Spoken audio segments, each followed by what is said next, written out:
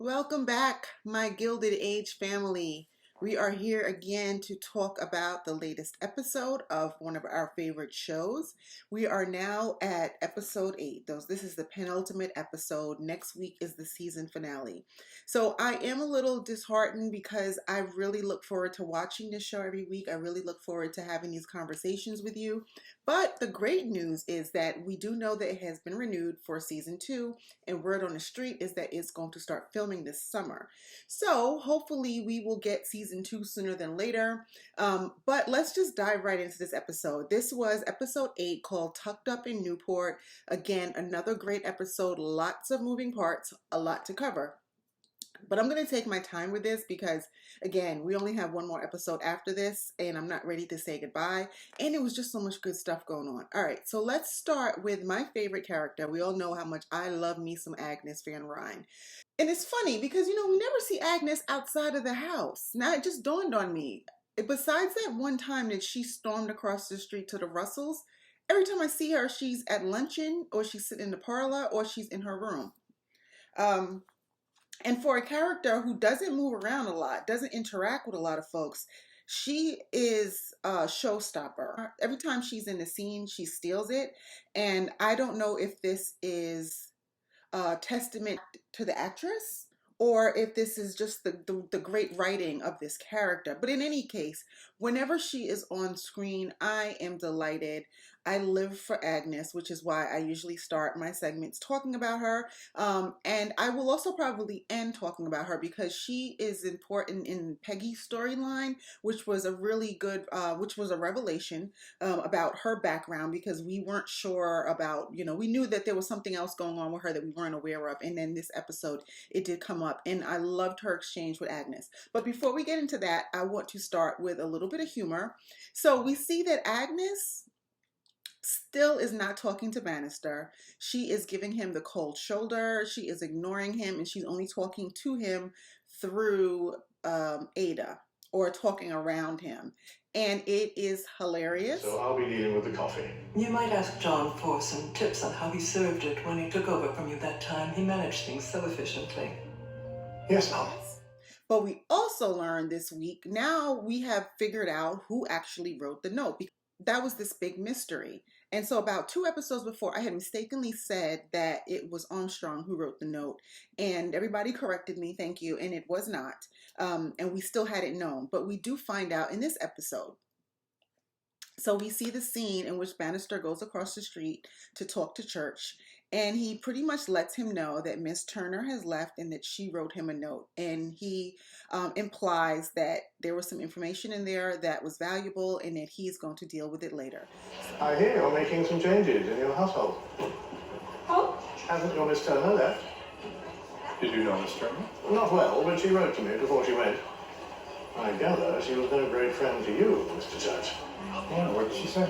Oh, nothing we'd worry about. Oh, well, not today.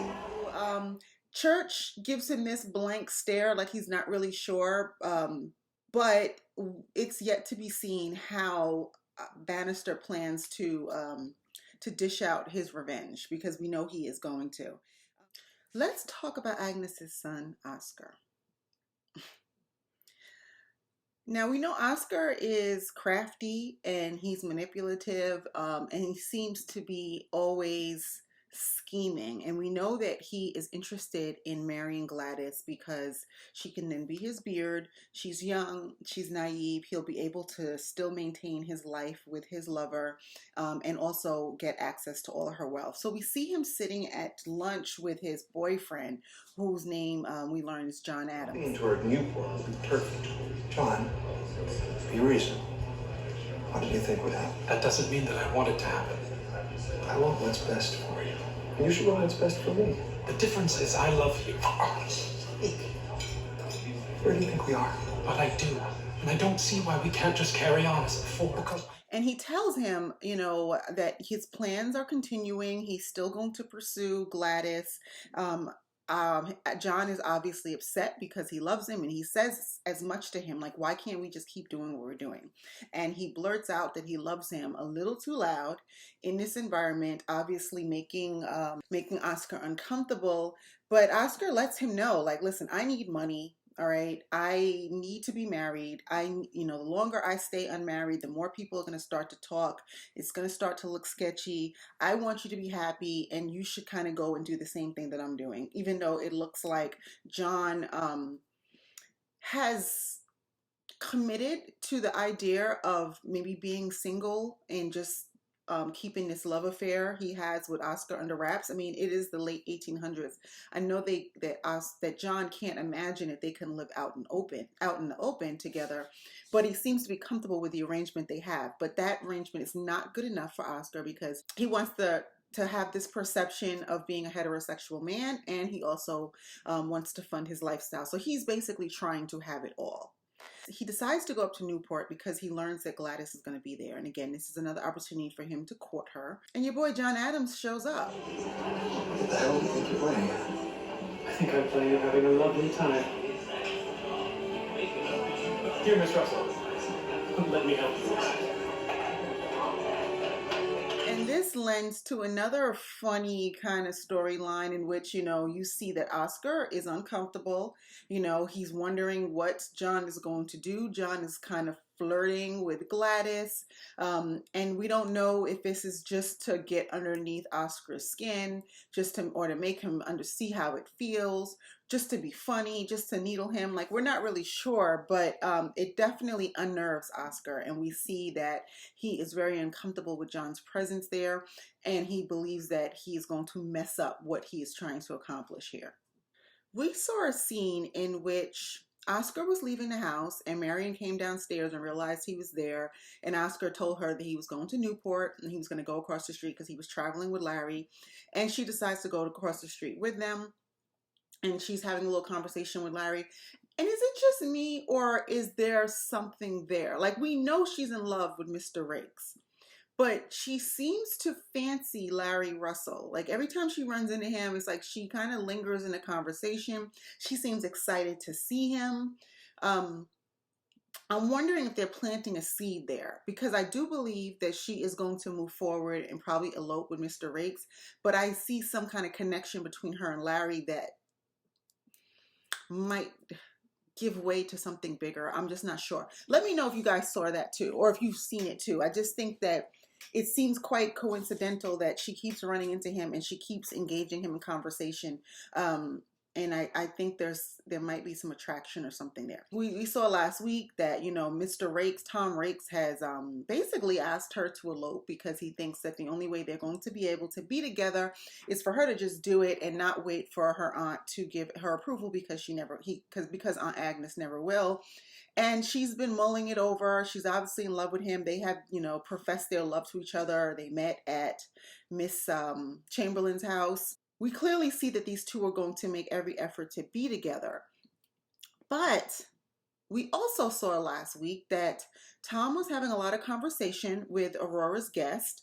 And I was wondering, why Aurora looked so uncomfortable if that was her guest. A lot of people were saying in the comments that Agnes had set that up and that Agnes had told Aurora to invite that young man and to invite Tom so that there would be some kind of connection between the two of them, and then Marian would learn that he is an adventurer, like Agnes says, and that he's not truly and he's not to be trusted, or he's not somebody that she should take seriously. If Agnes did set it up, I might have missed something, and maybe other people saw it, or we're speculating that Agnes is involved. I can believe it though, because Agnes is definitely crafty, and I think that she realizes that Marian is not listening to anything she says, and that she might need to do something different in order to get her point across, or to separate the two of them. Aurora pulls Marian aside and says to her, I'm worried about you. I worry about your Mr. Raikes. He isn't my Mr. Raikes, exactly. Well, if he isn't, then I'm glad. He seems to be everywhere these days. We were in the same party when Edison turned on his lights. He told me. I just worry for you. Please don't. But now I better go in. I'll see when you get back from Newport. Mr. Raikes is everywhere. He's all about town, which is what we've been saying for the last couple episodes. For somebody who is new to New York society, he's a lawyer from Pennsylvania. He shows up in Manhattan, finds a job, and now he is just like a social butterfly, and he's showing up at all these events with all these people, and everybody seems to know him. It does seem fishy. And I've also said that I thought something was going on, that his intentions may not have been pure. There's some speculation that maybe he knows something about Marian's inheritance, because he handled her father's estate after her father died. He did tell her that there was no money, but then people are saying, well, maybe there was. He knows something, and he's holding that information back, and then he wants to marry her so that he could take advantage of this money. We don't know. Something about it does seem fishy. But Aurora does bring it up to her and says, I'm concerned about you. And of course, Marian poo-poos her because Marian is in love. She actually, right after that conversation, goes upstairs and she talks to Peggy and tells Peggy that she intends to move forward and elope. Peggy gives her the green light, says, you know what, if you're happy, if that makes you happy, fine. But I think there's more to be seen here, and I'm still not trusting Mr. Raikes. Now, speaking of Mr. Raikes, he shows up at the Van Rhijn home and he leaves a note for Peggy. He gives it to Armstrong. Huge mistake because, he wouldn't know this, but Armstrong clearly has it out for Peggy, right? So she takes the note. As soon as she takes it, we all know she's going to go ahead and read it. But at this time, we don't know what's in the note. So we're all curious to find out what's going to happen. She takes the note upstairs to Peggy. And later on, Peggy says that she believes that Armstrong read something because she sees this a little bit ripped. And then there was a comment that Armstrong made to her when they were sitting at lunch, something along the lines of, we never know everybody's true story or something like that. Anyway, she hints to her that she knows something about Peggy's history. And this is at the point where Marian and Peggy are talking, and Marian's like, listen, what's the story here? What does she know? What's going on? And so Peggy decides, well, this is the time to tell her the whole story, which she does. So the story goes like this. She had mentioned to Marian in the past that she had been in love before with a young man named Elias Finn. She and Elias got married to her father's dismay because he thought he wasn't good enough for Peggy. He didn't have an education. He had no future. Similar to the things that Agnes is saying to Marian about Mr. Raikes. He does have an education. He's a professional, but, she's wondering, is this the type of man that she should align herself with? So Peggy's father had similar feelings because we do know that Peggy is part of the Black elite. And, parents, we're seeing this with Bertha play out in real time where parents want the best match for their child. And, Peggy's father, having, literally pulled himself up from his bootstraps and has created a better life for him and his family, doesn't want his daughter taking steps backwards as he perceives it. And he wants her to marry another man of the Black elite, who Elias apparently is not. Peggy went ahead and she married him. They moved to Philadelphia to get away from her father, got married, had a baby, and it sounds like the baby died during childbirth, or so we think. She had a difficult childbirth. She passed out. When she woke up, they told her that her son had died. When her father tracked her down, he threatened Elias, making him sign papers that say he was already married or something to that effect that would make their marriage void. And he brought Peggy back to New York. Peggy wanted to know what happened to her child, right? So she was looking for the midwife who had actually delivered the baby to find out what happened. That's why she had went back to Pennsylvania around the time that she had met Marian. She could not find a midwife. So that's why she had hired Tom Raikes so that he can do the investigation for her. So in that letter, he was basically saying that he could not find the midwife either. Bad news, because she's no closer to information about her child, but also now Miss Armstrong has this information and she knows that she's going to use this against her because Miss Armstrong clearly does not like her. So when she tells Marian this, Marian says, Marian sympathizes, she cries with her, she feels her pain, she empathizes, but she says, we're going to have to tell Agnes before Armstrong does, because who knows what she's going to tell her. And clearly that was the right thing to do, because Armstrong, she had framed the story as if Peggy had an illegitimate child and she abandoned her child or something to that effect. Meanwhile, what really happened was that she was a married woman and her child died. So that story makes sense. And when they share it with Agnes, Agnes gets it. We see the sympathy, the empathy, because Agnes tells her, I too have lost children. So apparently she has also suffered either some miscarriages or some, she's had children who have passed away. Of course, there is much in your story that Armstrong did not glean. She said you bore an illegitimate child whom you then abandoned. That's not exactly. I find now that you are a married mother whose child died. We see the softer side of Agnes, which we always knew was there, but just all covered up with, all of her snarky remarks and her highbrow snobbiness. But she's a human being. And like I said before, she's always respected Peggy. Agnes is one of those women who I believe having been born at a different time, she would have been a force to reckon with. Like I can see her being a politician. Like she gives me Hillary Clinton in a sense, a very strong woman, very shrewd, logical, strategic, just somebody, a force to be reckoned with. She just was born at a time when women just did not have that kind of agency, but that's the stock that she's made of.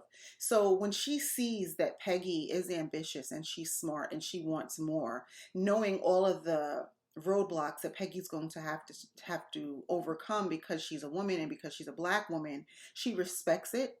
And she's already feeling some kind of way about Armstrong because she had told her before, stop trying to cause problems. And Armstrong clearly just did not listen because, you still went ahead and you went and you went into somebody's, you opened that woman's mail, which was out of line. And then you went snitching on her to the same woman who told you, stop doing this. So, I mean, I have to question Armstrong's intelligence here because, the woman clearly told you, do not allow your prejudice to cloud you and to cause problems. And that's exactly what she did. Like she's hell bent on getting Peggy out the house. And I guess at the end of the day, it did work because even though Agnes heard her story, she sympathized with her, she understood, she did not want her to leave or to end her employment. But Peggy said, I can't stay here because Armstrong clearly doesn't like me. It's going to make for a very uncomfortable living situation, and I'm just not doing this. So of course, Agnes and Ada asked her to stay, but she insisted that she was going to leave. A lot of people ask the question, why don't you just get rid of Armstrong? Nobody likes her. Ada has made it very clear she doesn't like her. Agnes has made it clear she doesn't like the way that she moves, but Agnes's response is that, I've had her for a really long time. I don't have the time or the energy to train a new maid, which does seem very, what's the word? Which does come off as very elitist. You see something, you see it's black and white here, and you see what's wrong and what's right, and you still aren't willing to take the time and effort to do quote unquote the right thing by getting rid of Armstrong.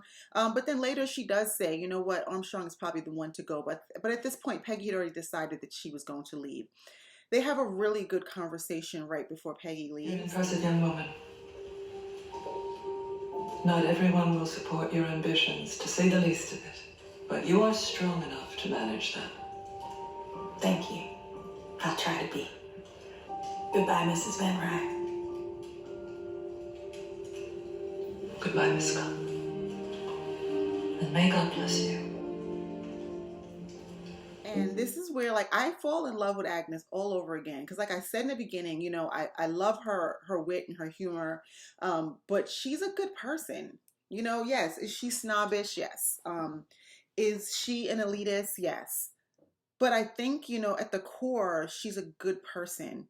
And, it shows in her interaction with Peggy. So Peggy does decide to leave, and this is another thing about Peggy that I really enjoy is that Peggy is nobody's victim.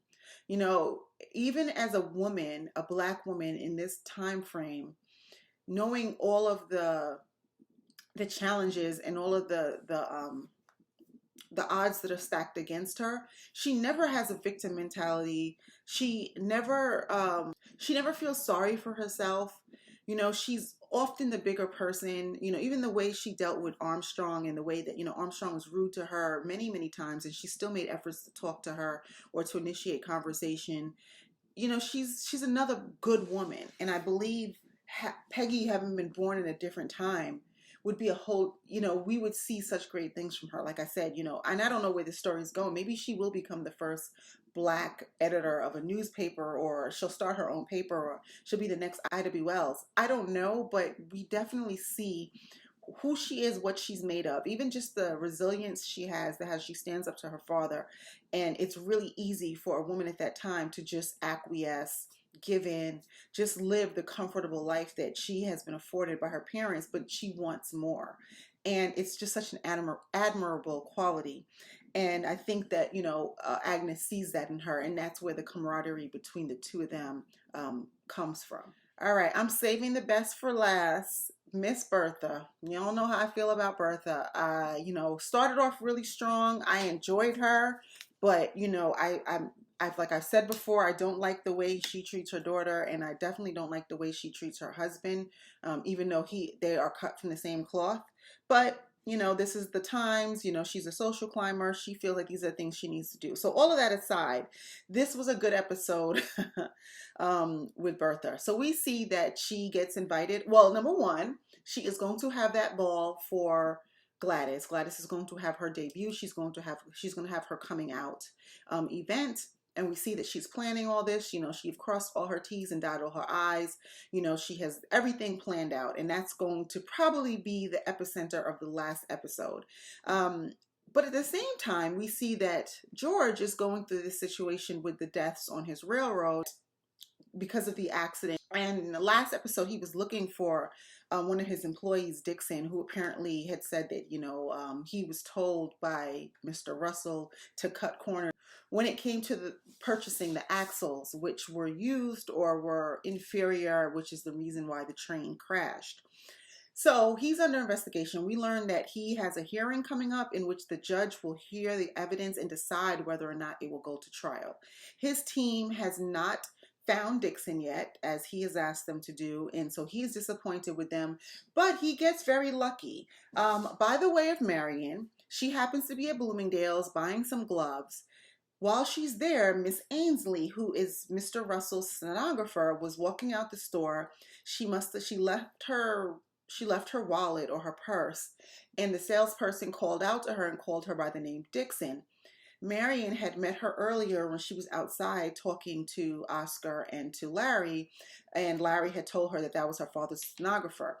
She didn't know the names, but she just knew that this woman worked for Mr. Russell, so she told the salesperson, "Give me the wallet and I will take it to the rightful owner," which she did. She heard the salesperson refer to her as Miss Dixon. So when she brought the wallet back to the Russell's house and told George that, this is Mrs. Dixon's wallet, and, she works for you, and she just tells her what happened at Bloomingdale's, he's confused because he doesn't, because Dixon is a person he's been looking for, and what is the connection with all this? So essentially it falls into his lap, and by happenstance, he is able to get the information, the evidence that he needs to exonerate himself. So we find out that Miss Ainsley is married to Dixon, and she has been spying and doctoring documents and doing all of this underground stuff to the dismay of George Russell. She gets, they bring her up for testimony, and it all comes out that the letter that Dixon is claiming that George wrote saying, these axles are too expensive, please, use something else, was actually a letter about some decorations that his wife had ordered, and George thought it was too expensive. So basically they were doctoring records, and they were also siphoning money from the organization. So George gets exonerated, and the two of them now have to face the law for what they have done. George is one of those people where, I have this thing with him where I like him and I respect him, but he's gangster. And this is why I say he and Bertha are cut from the same cloth, because George can be downright ruthless when he wants to be. Now, again, what Miss Ainsley / Miss Dixon did was obviously wrong, and she needs to be punished, and she will be punished. But that's not enough. George then has this conversation with her and tells her, I'm going to keep track of you, and anywhere you try and work, I'm going to tell them what you did. And so it's going to get to a point where all you're going to be able to do is sweep up floors. Say how sorry I am that I ever did such a thing, Mr. Russell. Did you think it was right before? And now you're sorry because you've been caught? I believe you should go to jail, Miss Ainsley. But whether a jury agrees with me or not, I will tell you what I have decided would be best for you as a plan. Anything you want to ask of me? Good. I will keep abreast of your movements. And whenever you apply for a job above the rank of the most menial servant, I will inform your superiors of your history and make it impossible for them to employ you. You may scrub floors to earn your bread, but nothing more. You don't mean that. I think you know that I do. And while I get it, you know, the man is just, I mean, I guess it's just a don't cross him kind of thing. And because if you do cross him, it's going to be bad for you. You know, we see what happened with him and the Morrises. And people will say, you know, the Patrick Morris brought it on himself. And, you know, he was willing to do George and Bertha dirty and all this other stuff. You know, he took his own life, but you know, George is not to be played with. And we're seeing anybody who crosses him is going to deal with his wrath. But see, this is where the coldness of this couple comes into play, because while he's going through all this, before he even has his hearing, Bertha has decided that she's going up to Newport because Ward McCallister has invited her, and that is her North Star. She's trying to, you know, become accepted by New York society, and he seems to be the gatekeeper. So if Ward calls, she answers. So she's excited to go up to Newport because, you know, she wants to see what's up there, see, you know, the homes that they have, how they're living. She wants to get her foot in the door. And so Ward McCallister is offering her that. So although George is down in New York dealing with this, she's up in Newport, Fulaline with the, you know, with the McCallisters and with Aurora Finn. But Mrs. Fish is so shady, and I love it. She is just throwing daggers and throwing heat at Bertha left and right because, you know, again, she's one of the 400. She is part of the old money society, and, you know, she's not a fan, just like most of them aren't fans of her. But, you know, she is indulging her because Ward has endorsed her in some way, shape, or form. But that does not stop her from taking jabs. You know, she calls out the fact that, you know, George is home dealing with this issue and you're up here.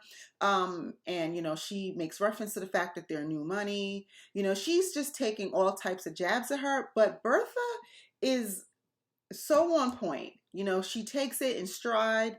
You know, she has really witty comebacks. She doesn't seem to allow any of this to upset her or to derail her.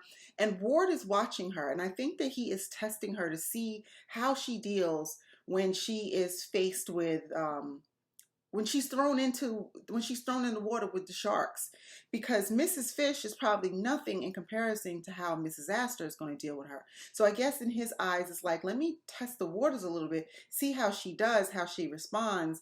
And if she can pass this test, maybe then I can introduce the idea of her to Mrs. Astor, and maybe I can help her, you know, climb these rungs. But she's passing the test. I have to say, I give Bertha credit. She is calm, cool, and collected, and she's taking all of it in stride.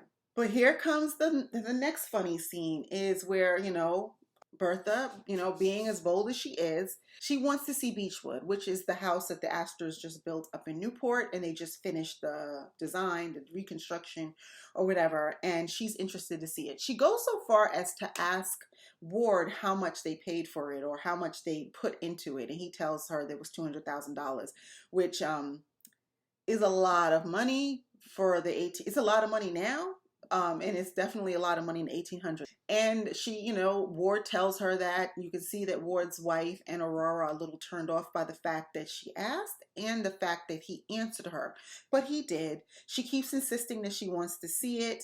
And, you know, Mrs. Astor won't be up there for another couple of days. But, you know, bigger than that, Mrs. Astor is never going to give her a tour of her house because Mrs. Astor is not here for her.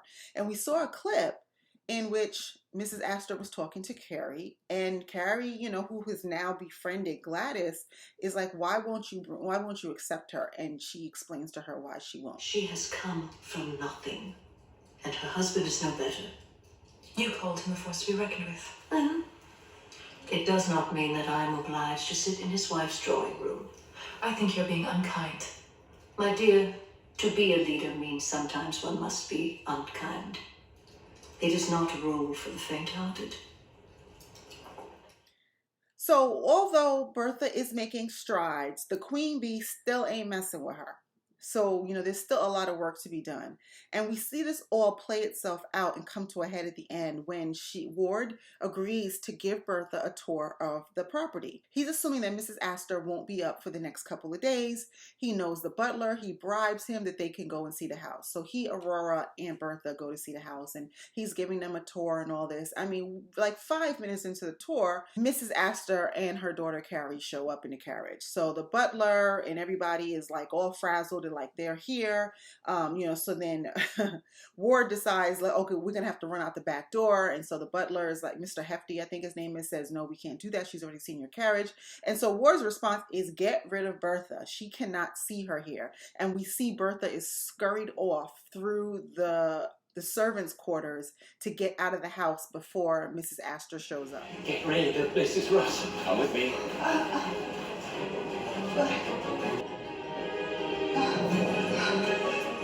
Right this way.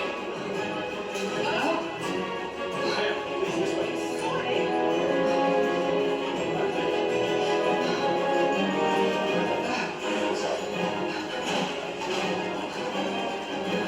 Here we are.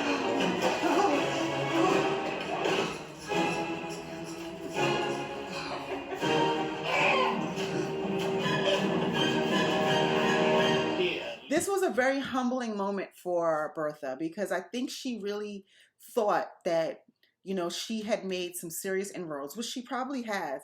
But when it came down to it, to have to be rushed out of somebody's house so that they don't see you is the ultimate embarrassment, and it's the ultimate recognition of where you really land in the pecking order.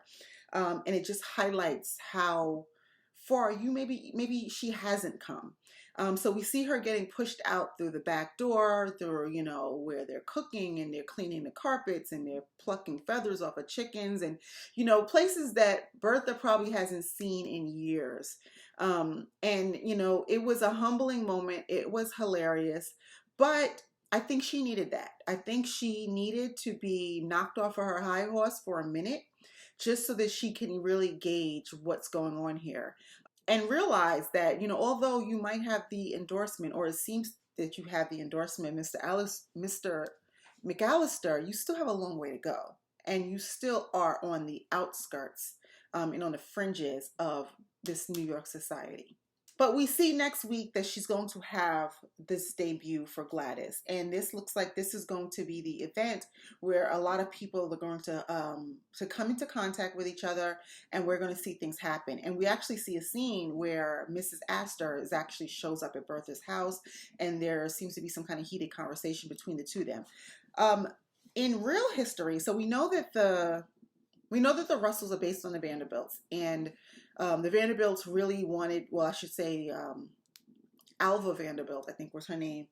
She was really wanted to be a part of this society. And I think the moment that she did get her entrance was when she planned a party. And she planned a party for her daughter. Mrs. Astor's daughter, Carrie, did not get an invitation because of social protocol. And her, being a young woman, felt a way about the fact that everybody in town was going to be at this party and she wasn't. So she put pressure on her mother to make nice with Mrs. Vanderbilt, so that she can go to the party. And Mrs. Astor, wanting to make her daughter happy or not wanting to make her daughter unhappy, did make a gesture so that her daughter could be invited to the party. And allegedly that's where, the door opened up for the Vanderbilts, who are essentially the Russells. So I'm imagining that this party that we're going to see next week is probably going to be where things are going to shift or change. I don't know how closely they're going to follow the storyline of the Vanderbilts, but if that's where they're going, I'm thinking that that's when it's going to happen next week. That was episode 8. Like I said, a lot went on, and I'm just so sad that it's almost over. I know next week is going to be an amazing episode, but I am going to go through withdrawal come Monday evenings because I am not going to have my show to watch, and now I have to look for something else. So if you guys have any other recommendations for similar shows or just anything that you know is good that's going to be starting soon, please let me know because I would love to sink my teeth into another show and possibly do some reviews. I am excited because Game of Thrones prequel, The House of the Dragon, will be starting in April. So I'm definitely looking forward to that, and I will be trying to do reviews of that week to week. But if you know of any other shows or any other shows that you guys watch that are similar or, you know, of similar content and you want me to do reviews, please let me know because I would love to do so. So that was this episode. Let me know what you guys thought. So a couple of things that, you know, rise to the top are, you know, will Marian and Mr. Raikes get married? Will they elope? It sounds like they will because we do see Agnes opening a letter in which she says that, you know, she's taken leave of her senses, and I assume she's referring to Marian. So that's probably something we'll see next week. We will see what happens with Peggy and her father because obviously the two of them are going to knock heads because, you know, she's back in the house now. He's not happy with her career choice and some of her life decisions. We will see what happens with Oscar and John Adams. Was he flirting with Gladys just to make him upset? We will see how Bannister handles his revenge on Church. We will see if Agnes keeps Mrs. Armstrong on staff. And obviously, we will see this big event. We will see Gladys's debut and this party and everything that's going to happen and all the folks who will be involved in that and the drama that will ensue out of having all of these folks in the same room. And I'm also curious to know if George will harbor any resentment towards Bertha for the fact that she went to Newport while he was in the midst of this hearing. Even though it all worked out in the end, I wonder if he feels some kind of way about the fact that she didn't stay and she wasn't by his side when he was going through all of this. And will we see Miss Turner again? Because we know she was fired, but we know we have not seen the last of her. And will what has happened with Bertha and George influence him? Will he take Miss Turner up on it? Will there be another woman, or what's going to happen between the two of them? So I think that, you know, we have just scratched the surface of that storyline. Will somebody tell Mrs. Astor that Bertha was in her house? Because she's walking out the back door. All of the servants saw her. So, you know, we know how these servants like to talk. So will it get back to her that she was in the house and that Mr. McCallister was the one who allowed her in and who was giving her the tour? So there's a lot to be seen next week and next season. But yeah, that was it for this week. And let me know what you thought about the things that we discussed and what you saw and what your predictions are for next week. And we will talk after the season finale. And we'll take it from there. So thanks again for watching. And again, I do encourage you to like and to share this video with other like-minded folks who watch this kind of content and who would find this interesting. And most importantly, please subscribe. If you subscribe to my channel, like I said, I do reviews on a lot of different shows. And also you will get an alert when I have posted a new video about this show. And go back and watch the old ones because I've reviewed every episode for this entire season. So if you are binge watching and you're like watching them all at once, definitely go back and watch all of the other reviews and comment and share and all that good stuff. And we will talk next week. See you guys then. Bye.